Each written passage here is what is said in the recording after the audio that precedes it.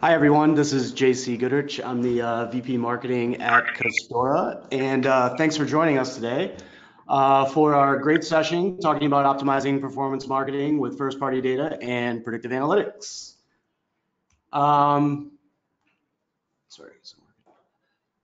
Sorry, there's a little delay.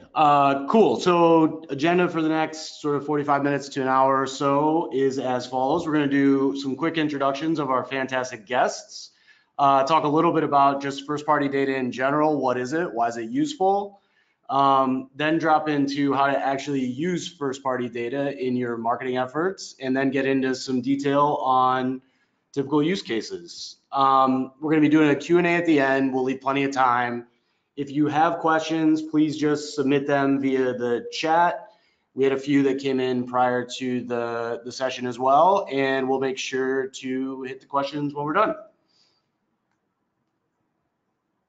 So let's move to quick introductions. Just a very quick introduction to Custora for those of you who aren't familiar. We power customer analytics for top retail brands. We work with some of the best retailers in the business, helping them structure their customer data, run predictive analytics, and then execute marketing across all sorts of different channels. Quick introductions for today in terms of our guests. Again, my name is JC Goodrich. I run marketing here at Custora. Also joining us from Custora is Hannah Plotkin from our customer success team. And we have two special guests today, Erin Reynolds and Dan Buckstaff from LiveRamp. Erin and Dan, do you guys want to just give a quick introduction to LiveRamp? Sure. Hi, this is Dan. Good afternoon. Custora and LiveRamp have been working together, and we have some exciting capabilities to talk about. LiveRamp is the leader in identity resolution, which can be used in all sorts of really interesting marketing use cases, and we'll talk about those in a bit, but glad to be here. All right, fantastic. So let's jump in. Oh, first, a little introduction from those of you in our audience. We're going to open up the polls here real quick. It'd be super helpful just to kind of guide the conversation if you told us a little bit about how you're currently using first-party data in your paid media efforts. If you could just take a quick sec and fill this out, either not using first-party data at all in your paid campaigns, you're doing sort of some audiences with first-party data, or you're using first-party data plus combining it with predictive insights.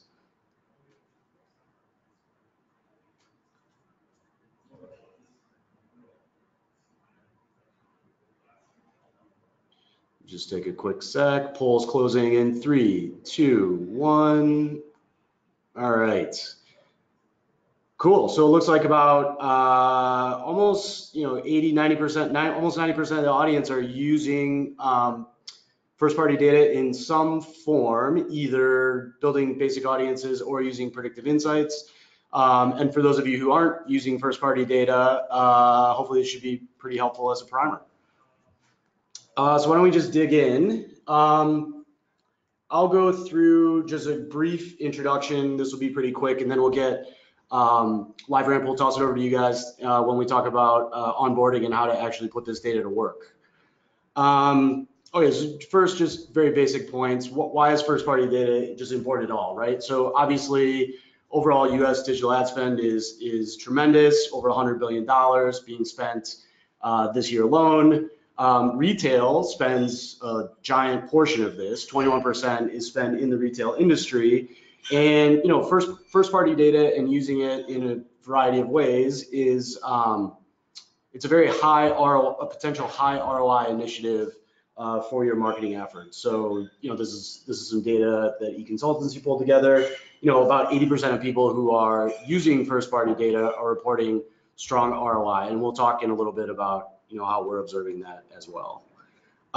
Just what is first-party data relative to second and third-party data? So first-party data is data collected by you on your systems. It typically involves either CRM or web analytics, social data. Second-party data is essentially first-party data given or sold to you from partners, which is the data of the same nature, just not coming from your source systems. And then third-party data, and we'll get into this more in detail in a few minutes, but is data purchased from some sort of, generally purchased from some sort of aggregator. It typically is, obviously less specific to you and your systems. But the flip side of that is that it allows for very large audiences, but less relevant audiences. And we'll get into more detail into some of the differences in a minute. Why is first-party data important? What's the fuss about here? The first is like you own the relationship. It's reliable. It's not only reliable, it's also very relevant. You know exactly the context of when it was acquired.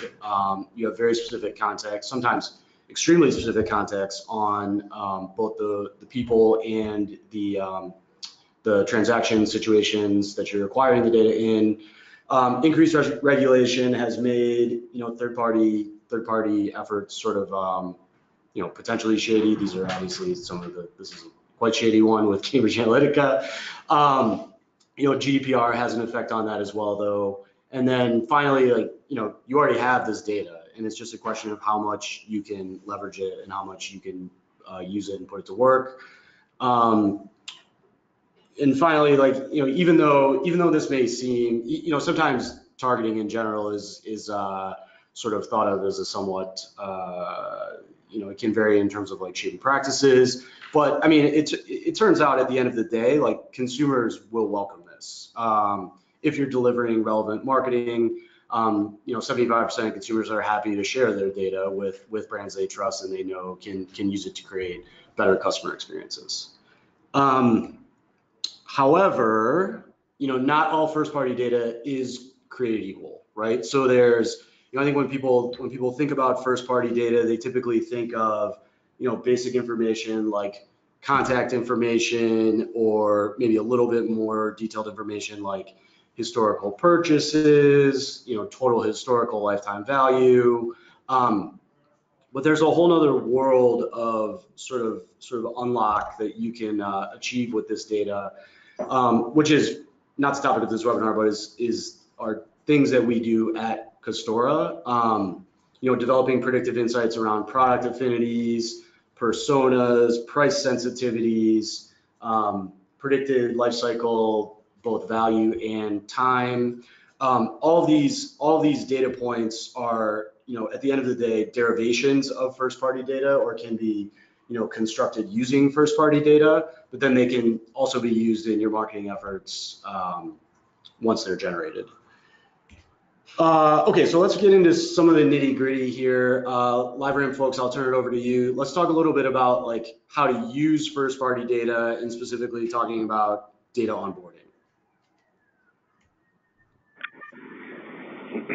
That sounds great. Thank you, JC.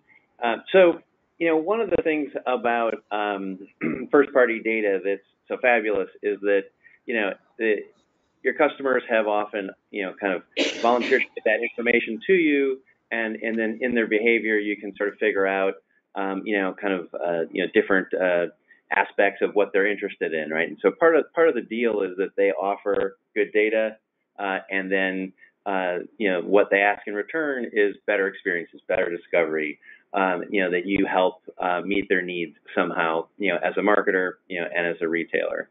And in doing that, you want to be able to put, relevant messages in front of them for whatever their needs are at that point. And, the idea of reaching them, in a channel such as email, or maybe in a large social platform or something like that, really is a way to only reach them part of the time. And so over the last, decade, a new capability sort of was developed. LiveRamp participated in kind of leading that market, and it's called onboarding. And the idea is that you can take first-party data, of the sort that JC was talking about, and then you can take that data and turn it into the anonymous identifiers, in a privacy kind of safe, secure way. You can transform that data into the digital identifiers that are used throughout, kind of the increasing array of digital environments, and platforms where consumers are spending their time. We have some different examples. we have sort of the open internet, which is represented by that first box, and some of those companies in there are sort of the ad tech type companies that help find people when they're engaging, on various publishers throughout the open internet. In the middle box is sort of the the consumer platforms that have become so engaging. They all have their own IDs, and then of course there's search capabilities.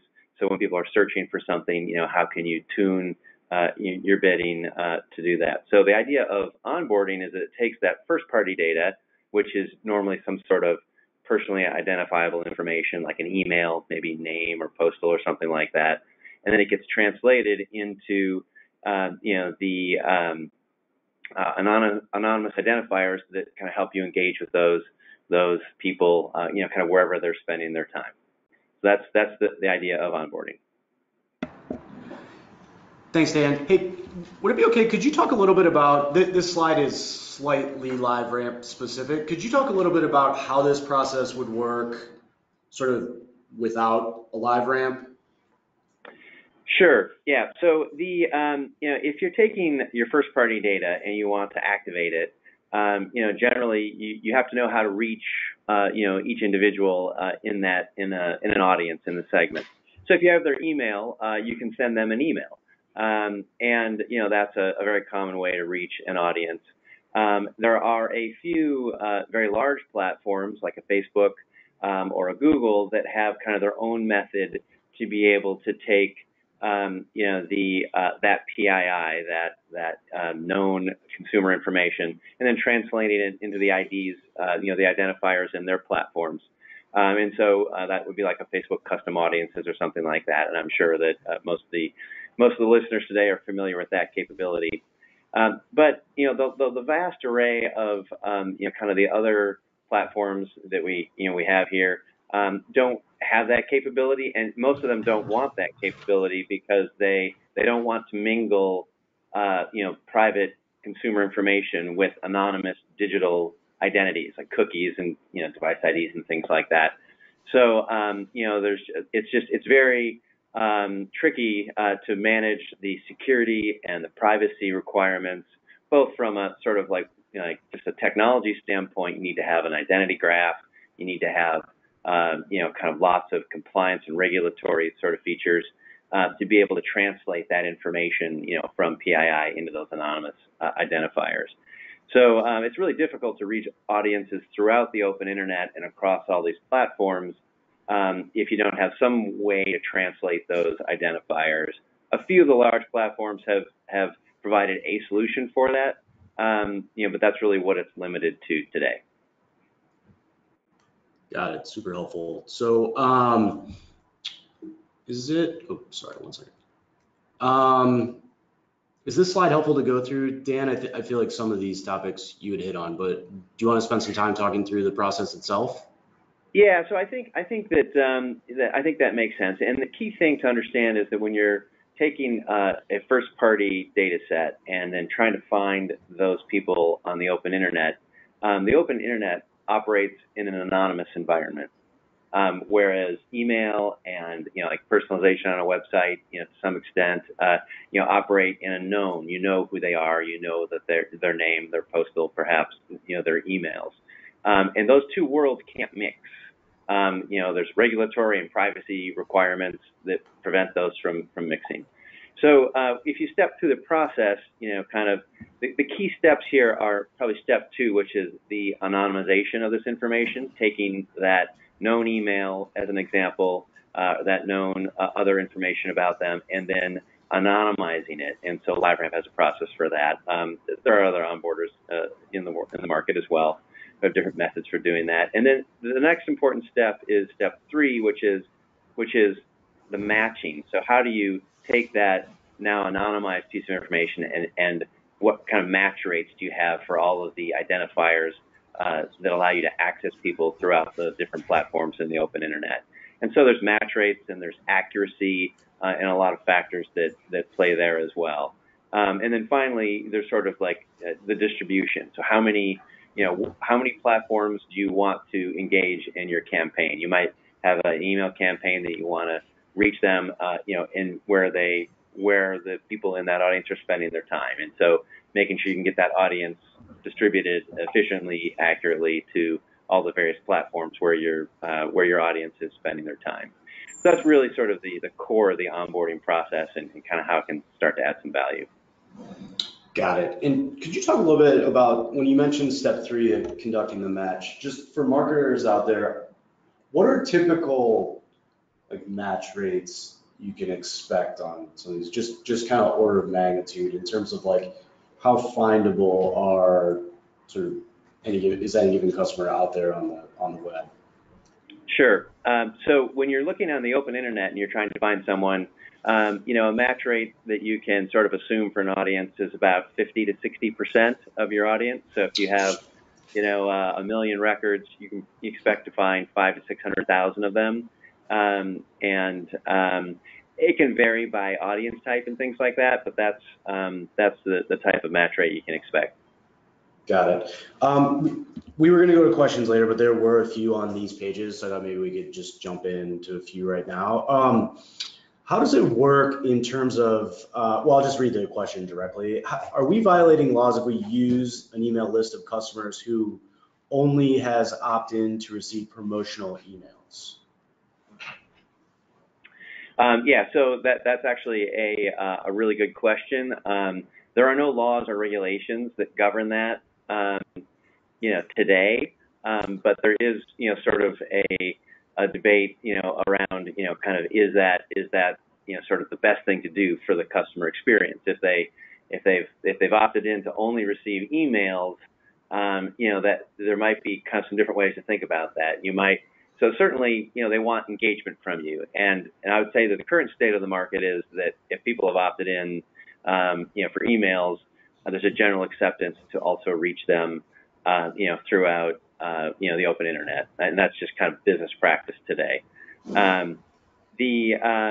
But it also might be an opportunity to think about, you know, kind of the permissions that you're gathering from your customers in terms of, you know, just limiting it to email versus, you know, kind of reaching them, you know, kind of wherever they're spending their time. Makes sense. And is that, just a quick follow-up on that, is that also the case in Europe with GDPR? Yeah, so in Europe, you know, what GDPR addressed was, you know, kind of whether you know, a marketer has, you know, the right to reach someone, you know, on a particular publisher, you know, and you know, or across publishers. There really isn't a tie between the world of email and you know, kind of engagement across the digital space with GDPR. So if you're collecting permission in the world of digital there, you know, then you have permission to engage them. Got it. Interesting. Okay. Okay. Well, why don't we? There are a few other questions flowing in, but we'll kind of bucket everything towards the end. Why don't we spend some time talking through just use cases? Like now that we've got kind of a vision of how the data gets into the system, let's talk a little bit about how it's put to use. And so Hannah's going to talk through just sort of a few use cases that we see typically at Custora with our customers, and then we'll sort of jump back into a broader discussion with the group around LiveRamp, you know, the things you're seeing in addition. Take it away, Hannah. Great. Hi, everyone. So I'll walk you through a few examples of use cases, as you can see, addressing kind of a few different topics in which first-party data is really key. Cross-sell retention, as well as acquisition through a variety of different channels, leveraging first-party data. And then we'll walk through some examples of how this relates to suppression of different customer groups, as well as measurement. So our first example, looking at a footwear retailer. So this is an acquisition use case. It sounds like a lot of you are familiar with kind of uploading potentially lists to Facebook or to kind of other channels, using first off first-party data, maybe not the predictive analytics piece, but we'll get to that in a future use case, I think in the next few slides. But in this specific example, this customer built a list of their customers who had purchased in the spring period for the past 2 years.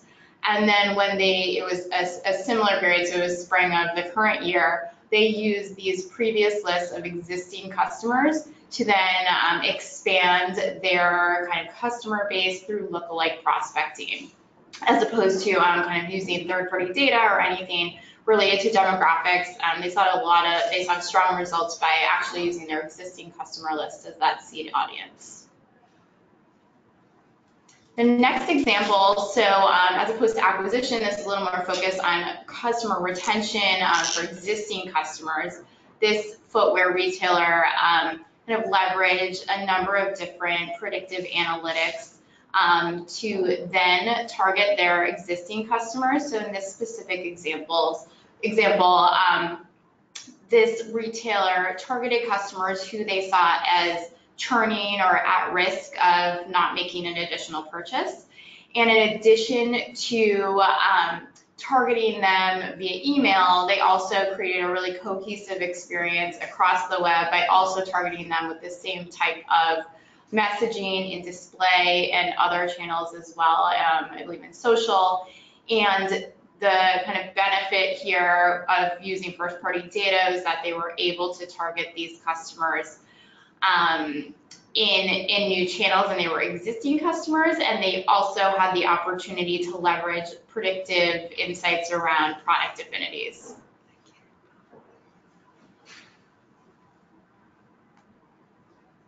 Next up, this is really thinking about audience expansion, this example from Crocs. So Crocs targeted all of their customers who were unsubscribed from emails, but they were at risk of churning. So as opposed to kind of not reaching out to this key customer group at a key point in their life cycle, instead they leveraged this list of existing customers and targeted them through Facebook. And for this specific campaign, Crocs held out a control group and saw that by targeting this audience via Facebook, they generated an 8% lift with just that incremental messaging.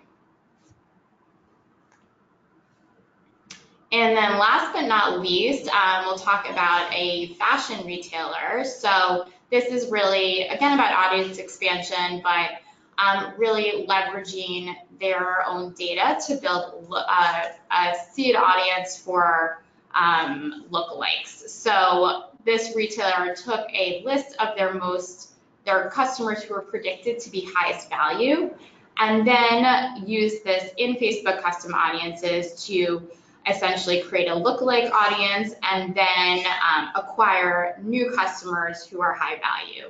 So what we've seen just kind of in this example and across customers is that ROAS and other kind of conversion metrics really have proven to be higher by using your existing customers who are, again, predicted to either be spending in a category via product affinities or are predicted to spend significantly in the future, and then using that to find customers who look like them. So in this specific example, again, we saw a significant lift, 30% lift over the control group. Cool, thanks, Anna. So, hey, Dan, could you talk a little bit about the suppression and measurement use cases? Sure. When you're working on reaching a group of people, in engagement mode or acquisition, a technique that you can do is, in order to maximize your return on ad spend, is suppressing the people kind of within that list who, for whatever reason you want to exclude, from, the advertising. And this comes about if you're running, say, a month-long or a multi-week campaign, and you are getting conversions, right? And so let's say you wanted to, upload a list of those who you don't want to advertise any longer because they've purchased, or they've engaged in the manner that you're looking for them to engage. Could be another sort of conversion, like a store visit or something like that. And so, that's called suppression, and it's a very straightforward technique. And I would say that it's low-hanging fruit. Typically, if you're running digital campaigns, it's a best practice to include suppression as part of it. And there's other reasons you might as well. Like, for instance, if you're running a broad campaign, you might want to say, like in the world of search, you might be saying, here are my best customers, and when they bid a certain amount, or when they're searching a certain amount, you can bid more based on those. Once again, you can sort of eliminate certain ones that are loyal, so that you can save that spend. So those are kind of the basics of suppression, and it's definitely like a best practice that we see lots of people adopting. And then from a measurement standpoint, there's kind of different forms of measurement, but ultimately, when you're doing campaigns, when you're executing campaigns in the world of digital environment, you need to get a grasp on sort of what's working, and what is driving the outcomes that you're looking for. And when it comes to kind of identity resolution and the ability to tie together sort of offline data like conversions or maybe transactions or location data to impressions, like what ads people saw, what engagements they had, then you can resolve that together, and you can move that data into a measurement environment, an attribution environment, and then you get a good sense for what's happening with your ad spend in terms of how much revenue it's driving, what content is effective, what channels are effective. Can you get into multi-touch attribution, or just simply campaign measurement? There's different ways to go about that, but in general, it's definitely another one of those things that we see more and more retailers, kind of investing in order to, more effectively run their campaigns and understand the success. Interesting. Dan, could you talk a little bit about some of the observations that you guys have around targeting existing customers in the open web? I think we had just recently started working with you guys, and I think a lot of our use cases were sort of more the non-open web. I won't go as far as to call it the closed web, but could you talk a little bit about some of the use cases you guys are seeing with your customers in this area? Sure. I mean, so I think there's lots of different ways to think about it in different use cases. But one of the key things to think about is how you engage your customer kind of in a full omni-channel, offline and online perspective. So touching them in email, touching them, kind of in the other places where they're spending their time, whether it's popular consumer applications, kind of, or whether it's kind of different publishers around the web, or it could even be when they're opening email newsletters, from publishers, like the Wall Street Journal or the New York Times that they're interested in. And the idea there is that you can work with them throughout their customer journey, and then kind of you can use sort of the types of analysis and analytics provided by Custora to know kind of like how much engagement they're looking for, what type of content, and then you can do things like suppressing them once they've converted if that's a campaign metric. Another thing that we see that's pretty significant is the concept of total impression capping. So in other words, you don't want to over advertise them well. Just because you can reach them across all these channels, you might want to kind of meter what that looks like. And there's different tools to be able to cap the number of engagements as well, so you don't overwhelm them. And then there's also kind of the ability to reach hard to find customers. They might not be opening your emails any longer. And with the rise of machine learning, in so many of the email clients like Gmail and other tools, it's harder and harder to maintain email contact. So what we're finding is that a lot of retailers are turning to kind of the open internet to find and engage the customers who that might not be able to reach otherwise. Interesting. And what have been your guys' experience? So one thing we observe at Custora with our customers is that people are completely inundated with emails on a daily basis. How do you find, like, for someone who's not doing this on the open web today, like what kind of sort of, I don't know about exact lift numbers, but like types of benefits can they see from doing something like this with a partner like LiveRamp on the open web? Yeah, so I mean, there's everything from incremental lift to kind of breakthrough lift, because if you can't reach them in other channels effectively, what we're finding is that the acquisition, engagement, retention use cases are all pretty significant. There's different use cases where kind of the return on ad spend is pretty significant. It can be in the triple digits. If it's with an engaged set of customers, it might be a metric more along the lines of increased order frequency, or kind of cross-selling between categories. There's kind of different use cases where you can see incremental lift as well. Interesting. Just one question from the audience, sort of while we're close to the topic. The concept of lookalike is sort of like a black box to people, I think. Could you talk a little bit about, maybe without, I don't know how specific you want to get, but like just what that entails from a marketer's perspective? Like when I put an audience in and the lookalike is executed, what's sort of happening behind the scenes there in a general sense?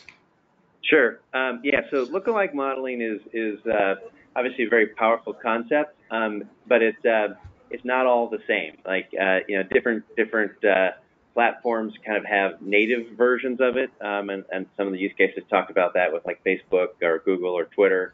There are third-party companies that do lookalike modeling as well. So sometimes lookalike modeling, and I'd say sort of the vanilla version, is really based on kind of some demographics. It might be age, income, it could be geographic, but a fairly limited data set. What happens is usually with that sort of modeling, the vanilla version, the first. So let me back up a step. So what modeling usually does, it says, okay, I'm going to expand this audience, with a certain degree of confidence or accuracy, that say the 100,000 records that I have, we're going to expand that to 500,000, and it's going to be within a certain range of prediction. And then sometimes that can be read as, I'm going to give you a certain amount of, say, the U.S. population, 1% or 2% or 3% that is most like the seed set that you just gave me. So typically the first 1%, is a decent match using vanilla demographics. But what you see is after that, you see quite a bit of fall off or degradation in the quality of the match with the vanilla solutions.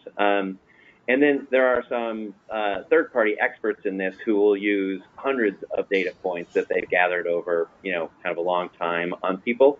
And then, you can get deeper into a modeling set, 3, 4, 5% of the U.S. population, and it retains more accuracy. So basically what they're doing is they're saying, that they're looking at the audience, they're looking at the attributes of that audience, and then they're finding, through statistical methods, data science, they're finding the individuals who have a similar type of, kind of characteristic set. Got it. And for the folks, when we have about 20% of folks in the audience who are sort of just getting started with this, what's LiveRamp's recommendation in terms of the first use case or two here? Once you're onboarded and once you're up and running. Yeah, so I would say that typically it's if you have a high value audience and you're reaching them via email, and you're maybe doing Facebook as well, I would ask yourself the question, is this audience an audience that I want to spend a little more on to ensure that I engage them, say for the upcoming holiday season, or for kind of some key life cycle measurements that's being that's part of them. And if that's the case, then I would say the simplest version to extend the success of that campaign is to onboard it for finding them on the open internet, and running a campaign that's complementary to what's going on with, say, email and Facebook.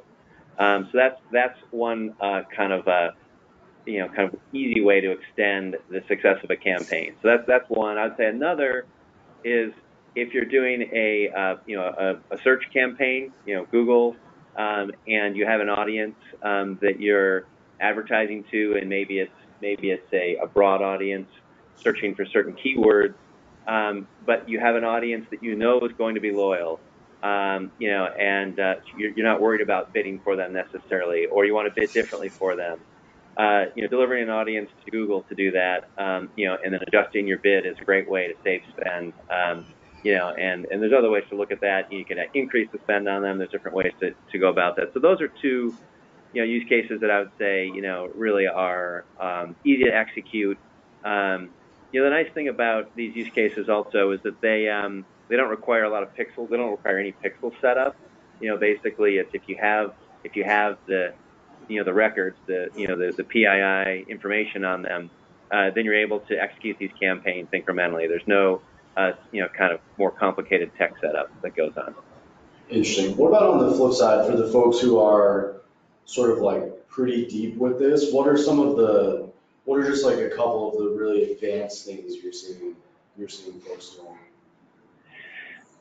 So the first thing I would go to is making sure that they're doing suppression. A second thing I would say is, getting sophisticated on measurement, looking at maybe some multi-touch attribution, certainly looking at offline conversions, using either location data to, see store visits, and maybe location data as well as transaction data to understand the interaction of the physical location with conversions, if they're having online conversions as well.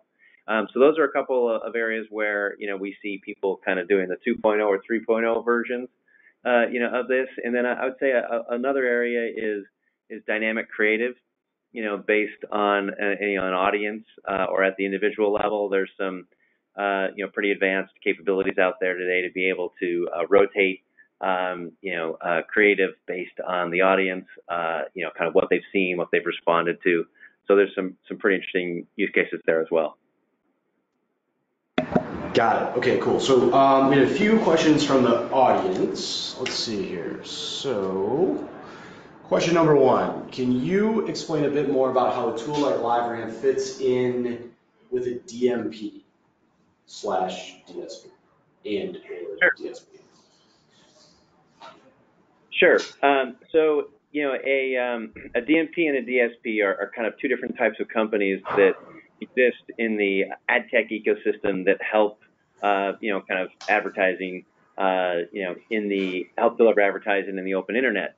As we like to say, they help keep the open internet free for consumers.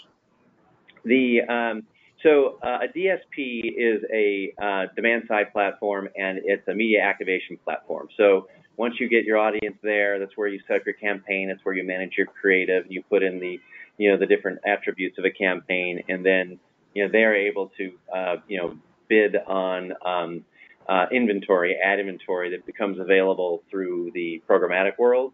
So in that process, they're looking for the identifiers that you've loaded with your audience. So that's a DSP. A DMP, and both of these are what we call anonymous environments. They're driven off cookies and device IDs rather than PII.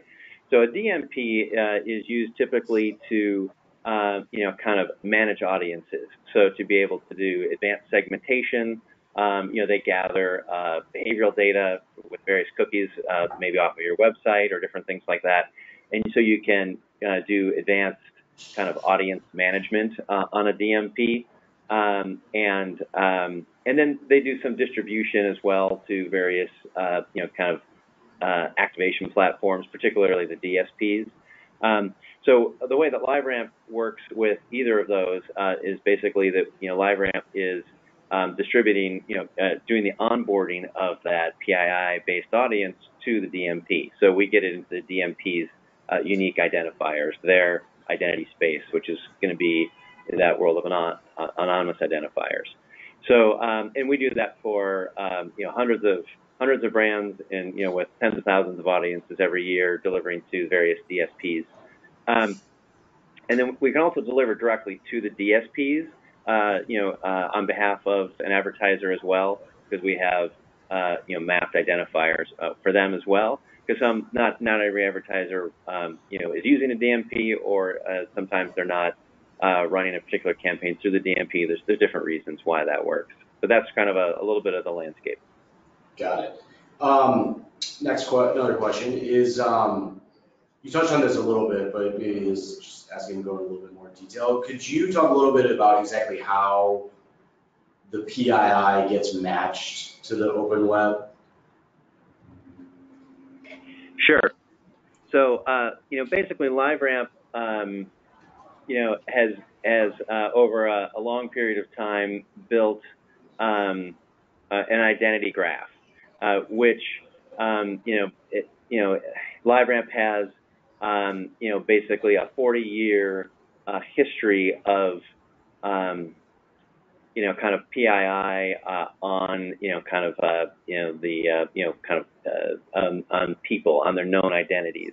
So, and that's a combination of name and postal and addresses, and a variety of email types, that's sort of gathered over time through a lot of publicly available information. And then LiveRamp also has, kind of an anonymous graph, which is kind of ties together everyone, kind of all of the different identifiers for individuals, their cookies, their devices.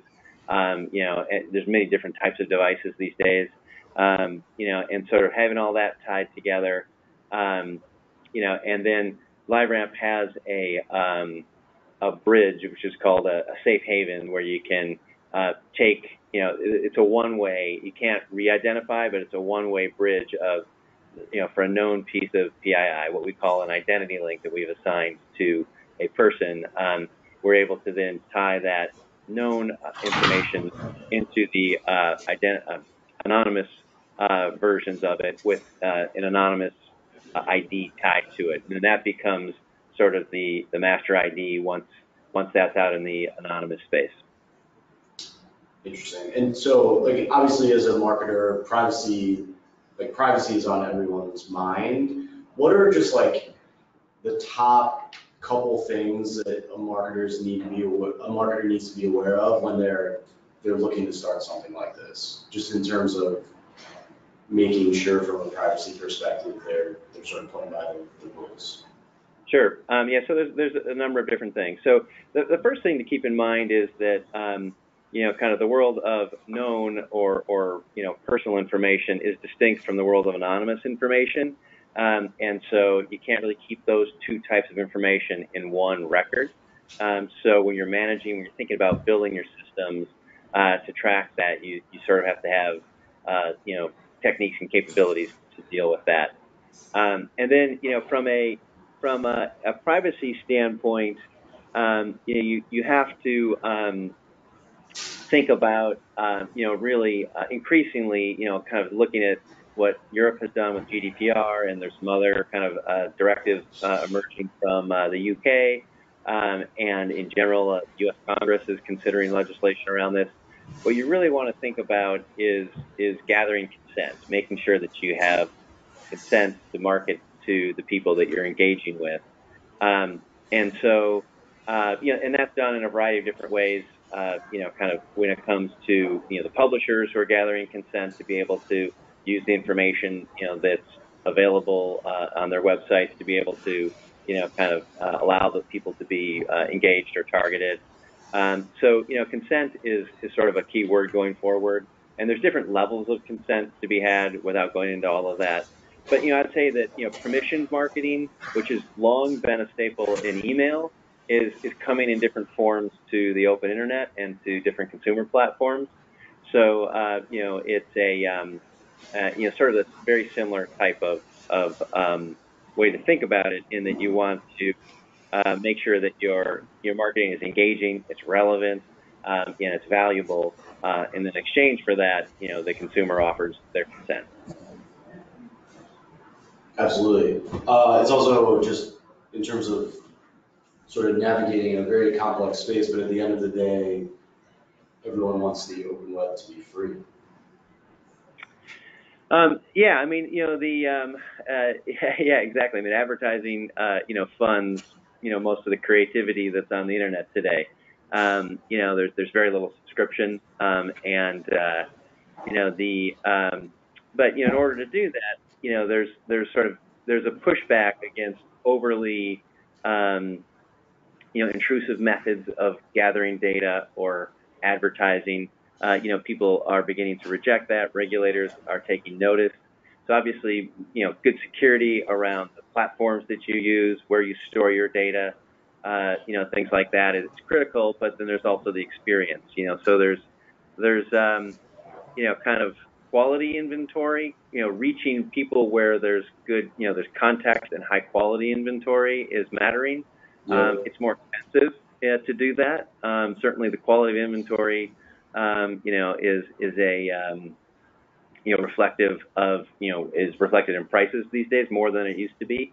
And the other thing is, I would say, is the rise of people-based marketing. Which is sort of what we've been talking about here. The ability to reach people, with relevant messages, is a feature which is really empowered marketers. And it is also really, it holds the promise of delivering a better experience for consumers. But marketers really have to hold up their end of the bargain on that.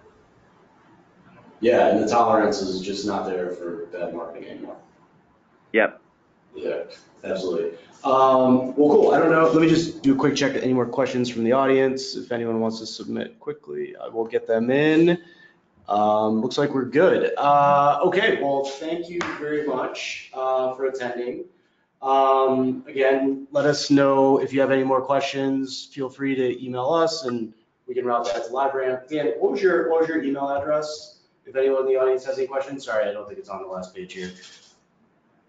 It's dan.buckstaff@gmail.com. All right, sounds good. Gmail, sorry, LiveRamp. LiveRamp.com. Hopefully it's on your personal. All right, everyone, thanks very much for attending. LiveRamp folks, thank you for attending. It was super informative, and we'll see you next time. Thank you.